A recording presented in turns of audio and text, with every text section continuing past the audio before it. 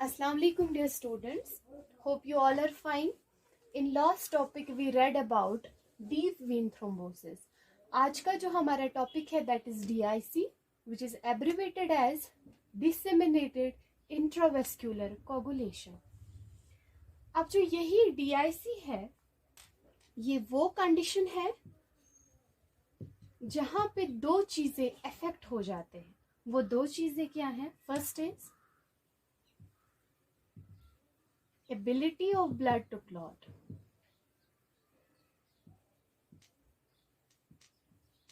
Number 2 is stop bleeding.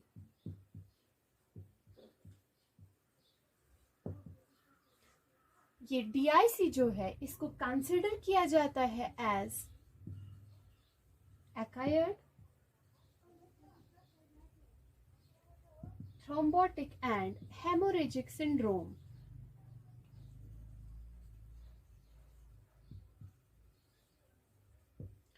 Y thrombotic और haemorrhagic syndrome? Because मैंने कहा कि दो चीजें अफेक्ट हो जाती हैं, एक तो ability of blood to clot plus to stop bleeding. अब चाहे ये वाली कंडीशन हो या ये वाली कंडीशन हो, हम कहेंगे कि इस कंडीशन की वजह से या इस डिजीज की वजह से वाइड स्प्रेड क्लॉटिंग हो जाती है. ये वाइड स्प्रेड क्लॉटिंग कहां पे होगी? स्मॉल वेसल्स में.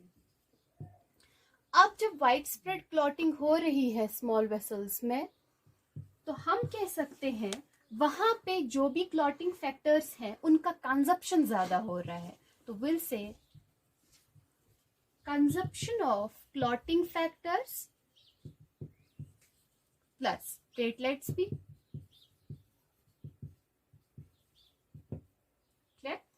तो हम कह सकते हैं अब कि ब्लीडिंग और थ्रोम्बोसिस जो है वो साइमल्टेनियसली हो रही है. ठीक है, एक तो ब्लीडिंग भी स्टॉप नहीं हो रही है, तो we'll say the haemorrhagic condition is also there, plus और जो क्लॉटिंग कंटिन्यूअसली हो रही है वहां पे थ्रोम्बस बनने के चांसेस हो जाएंगे. So there is thrombosis as well as the haemorrhage. Clear? Now moving towards its etiology.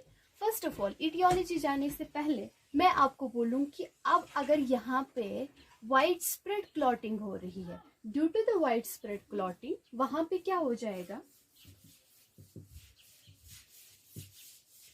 Wide spread clotting मैंने कहा, तो अगर वाइड स्प्रेड क्लॉटिंग हो रही है, तो यहाँ पे हम कह सकते हैं कि एबनॉर्मल क्लॉट्स बन जाएंगे. और जो यही एबनॉर्मल क्लॉट्स हैं ये यूज अप करेंगे ब्लड क्लॉटिंग फैक्टर. जैसे मैंने अभी कहा ब्लड क्लॉटिंग फैक्टर्स. अब जब जो ही ये ब्लड क्लॉटिंग फैक्टर्स कंज्यूम कर रहे हैं, यूज अप कर रहे हैं, उससे क्या हो जाएगा? मैसिव ब्लीडिंग हो जाएगी. कहाँ पे? In other places.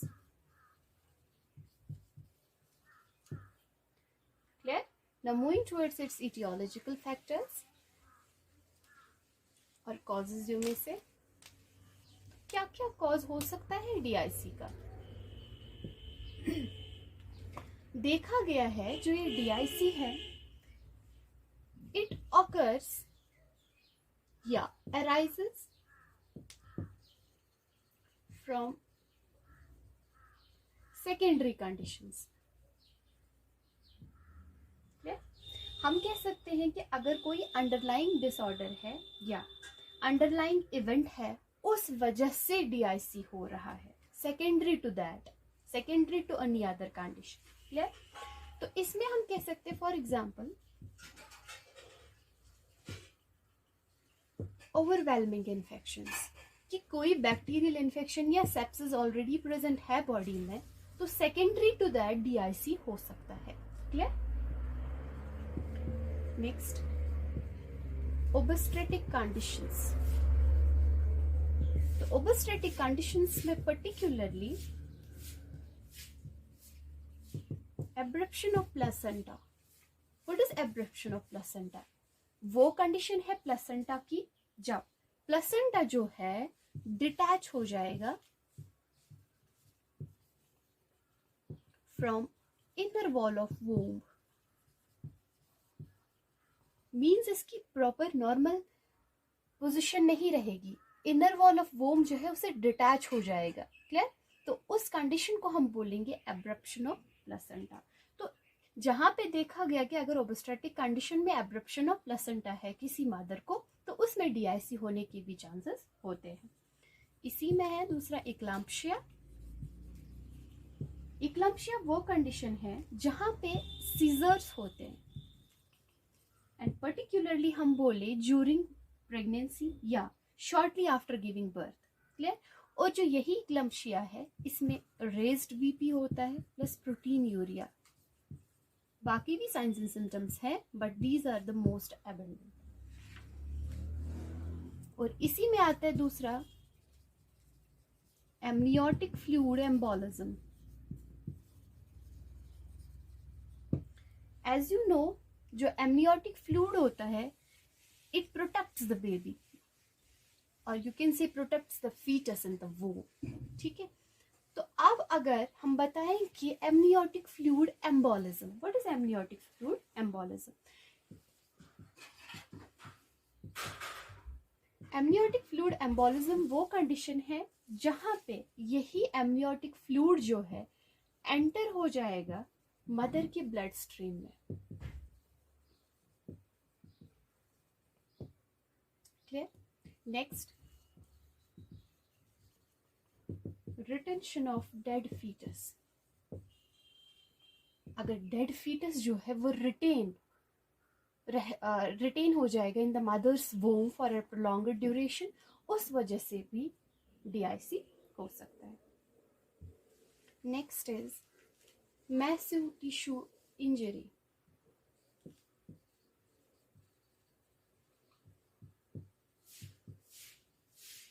Massive means large या बहुत ज्यादा टिश्यू इंजरी हो।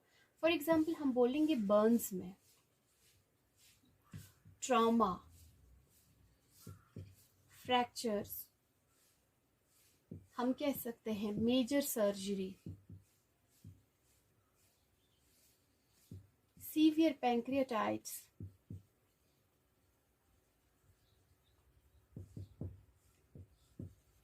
Hepatic failure.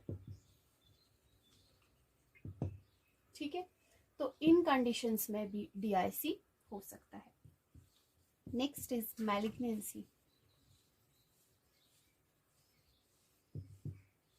Particularly lung, colon, stomach and pancreas का मैलिग्नेंसी जब हो जाएगा उससे भी डीआईसी हो सकता है। Next is vascular and circulatory collapse.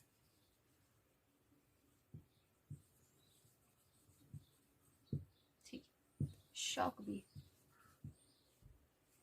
Next is severe toxic और इम्यूनोलॉजिक रिएक्शंस, या हम कह सकते हैं हीमोलिटिक ट्रांसफ्यूजन रिएक्शंस, या स्नेक बाइट से,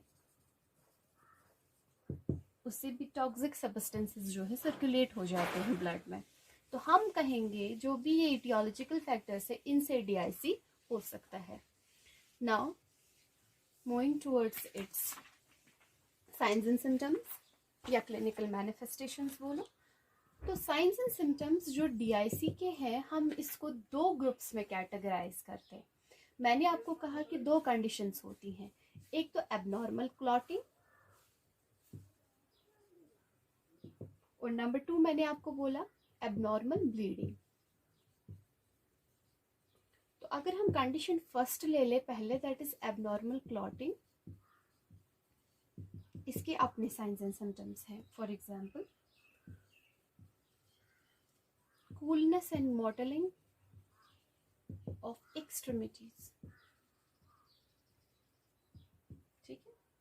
नेक्स्ट इज एक्रोसाइनोसिस। एक्रोसाइनोसिस में भी कोल्ड मोल्टेड एक्सट्रीमिटीज होते हैं जो हमें दूर से दिखाई देते हैं, तो we can see clear demarcation. जब हम बंदे का फिजिकल एग्जामिनेशन करते हैं तो पर्टिकुलर एक्सट्रीमिटीज पे हम देखते हैं कि कहाँ पे कूलनेस और मोटलिंग है। क्लियर? तो हमें साफ साफ दिखाई देता है कि हाँ जी यहाँ पे एक्रोसाइनोसिस हो गया, ब्लूइश डिस्कलरेशंस है यहाँ पे। Next is dyspnoea. अगर अब डिस्निया है तो हम कह सकते हैं इस वजह से ऑल्टर्ड मेंटल स्टेटस हो सकता है। Clear? Next is acute renal failure. ठीक, अब signs and symptoms according to the abnormal bleeding की बात करें। नंबर 2, तो अगर ये कंडीशन है रिलेटेड टू DIC तो ओजिंग हो सकता है।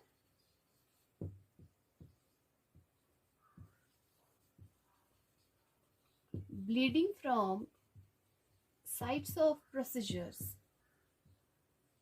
प्रोसीजर्स फॉर एग्जाम्पल हम कहें कैथेटराइजेशन हमने कहीं पे कर लिया किसी बंदे में तो वहां पे ब्लीडिंग हो सकती है। इंसर्शन साइट्स,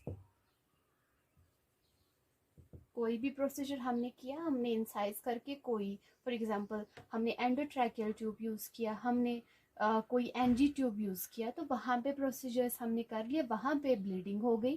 ठीक है, स्यूचर लाइंस पे। नेक्स्ट इज म्यूकस मेम्ब्रेन ऑरिफिसेस, यहाँ पे भी ब्लीडिंग हो सकती है। तो ये म्यूकस मेम्ब्रेन ऑरिफिसेस क्या होता है? ऑरिफिस हम कहते हैं opening of the body, particularly mouth को, और ऑफनली जहां पे म्यूकस मेम्ब्रेन हो will call that is mucous membrane orifice. अब अगर फॉर एग्जांपल इंटरनल ब्लीडिंग हो रही है तो इंटरनल ब्लीडिंग की वजह से हम कहेंगे चेंज इन वाइटल ऑर्गन्स आ जाएगा, फंक्शंस, या हम कहेंगे कि ऑल्टर्ड वाइटल साइंस होंगे।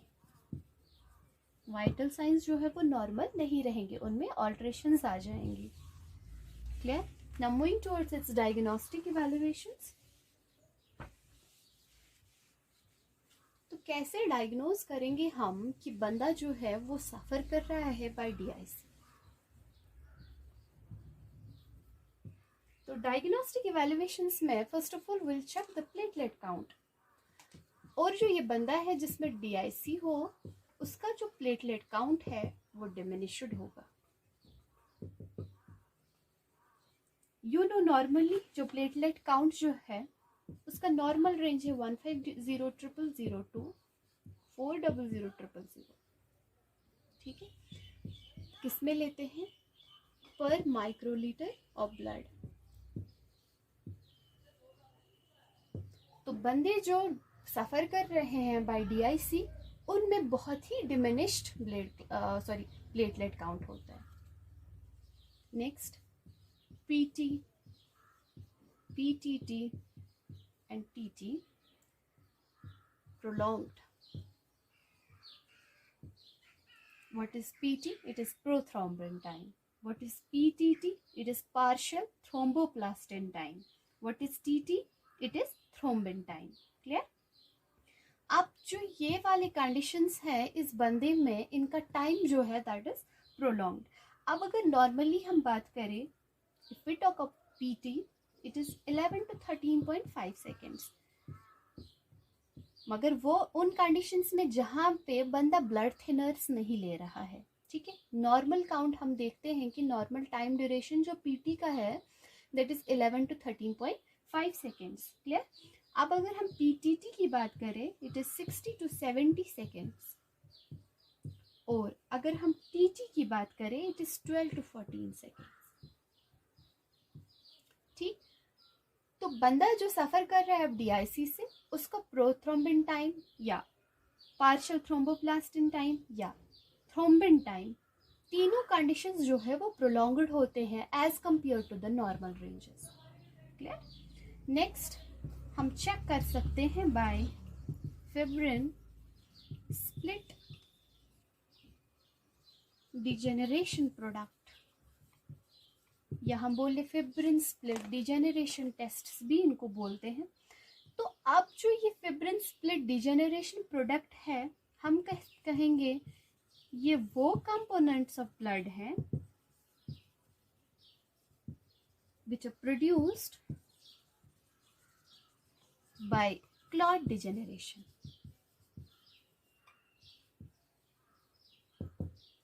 और जो यही वैल्यू, यही लेवल्स होंगे इस बंदे के ब्लड में, दे आर इंक्रीज्ड। तो देखा गया, अगर नॉर्मल रेंज हम देखें फिब्रिन स्प्लिट डिजेनरेशन प्रोडक्ट्स की, उनका जो नॉर्मल रेंज है that is equivalent to less than 10 mg पर लीटर। क्लियर? और हम कह सकते हैं 10 mcg पर ml। ठीक? तो देखा गया, अगर ये मोर देन 40 mg पर ml है तो ये क्रिटिकल है, is a critical condition. So the persons who are suffering from DIC, I said कि उनका जो fibrin split degeneration product level है वो इंक्रीज्ड होता है। Clear? Now if we move towards its medical management, तो मेडिकल मैनेजमेंट में हमने फोकस करना है कुछ चीजों पे। First we have to focus on treating the underlying cause.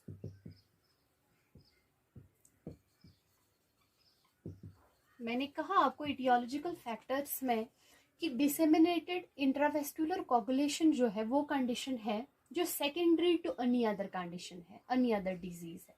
तो हम देखेंगे कि अगर अंडरलाइंग कॉज कोई बंदे में है, first of all will focus on that. ठीक? नेक्स्ट वी विल करेक्ट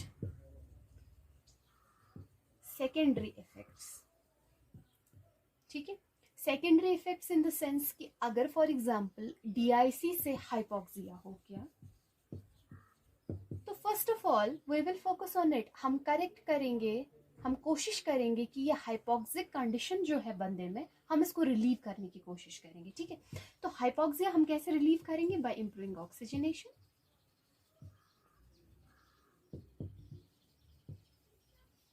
तो बन गई है मेडिकल मैनेजमेंट इसका।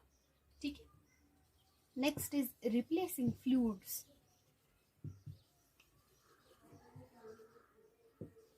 ठीक है? Correcting electrolyte imbalance. Why electrolyte imbalance? Because bleeding बहुत ज्यादा है। ठीक है? ड्यू टू ब्लीडिंग वहां पे इलेक्ट्रोलाइट्स जो है इन अ बैलेंस्ड पैटर्न नहीं रहेंगे, so we will try to correct the electrolyte imbalance. Next is administering vasopressors या vasopressor medications बोल सकते हो। ठीक है? अब अगर सीरियस हेमरेज है, इफ सीरियस हेमरेज ऑकर्स, तो यहां पे हम क्या करेंगे? जैसे कि आपको पता है कि सीरियस हेमरेज की वजह से वहां पे डिप्लीशन ऑफ कोगुलेशन फैक्टर्स हो जाएगा। ठीक है? तो हम introduce will administer the coagulation factors plus platelets are also replaced.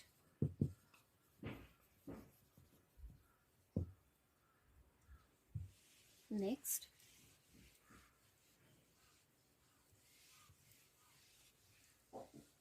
अगर हम दूसरा मैनेजमेंट इसका देखें,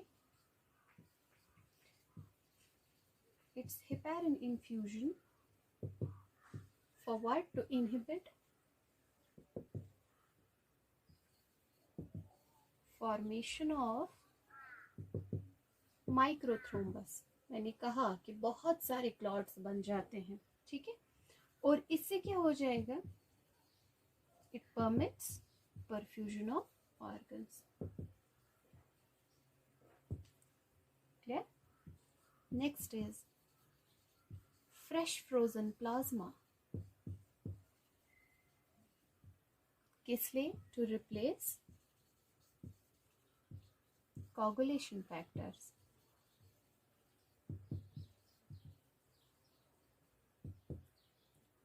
Next, एंटीथ्रोम्बिन इन्फ्यूजन। तो ये क्या करेगा, ये एक्सर्ट करेगा एंटीकोगुलेंट्स, ठीक है, या एंटी इन्फ्लेमेटरी प्रॉपर्टी, क्लियर। तो उससे क्या हो जाएगा, रिप्लेस हो जाएंगे again the clotting. This was all about DIC, so we'll meet in the next lecture. Stay tuned and thank you.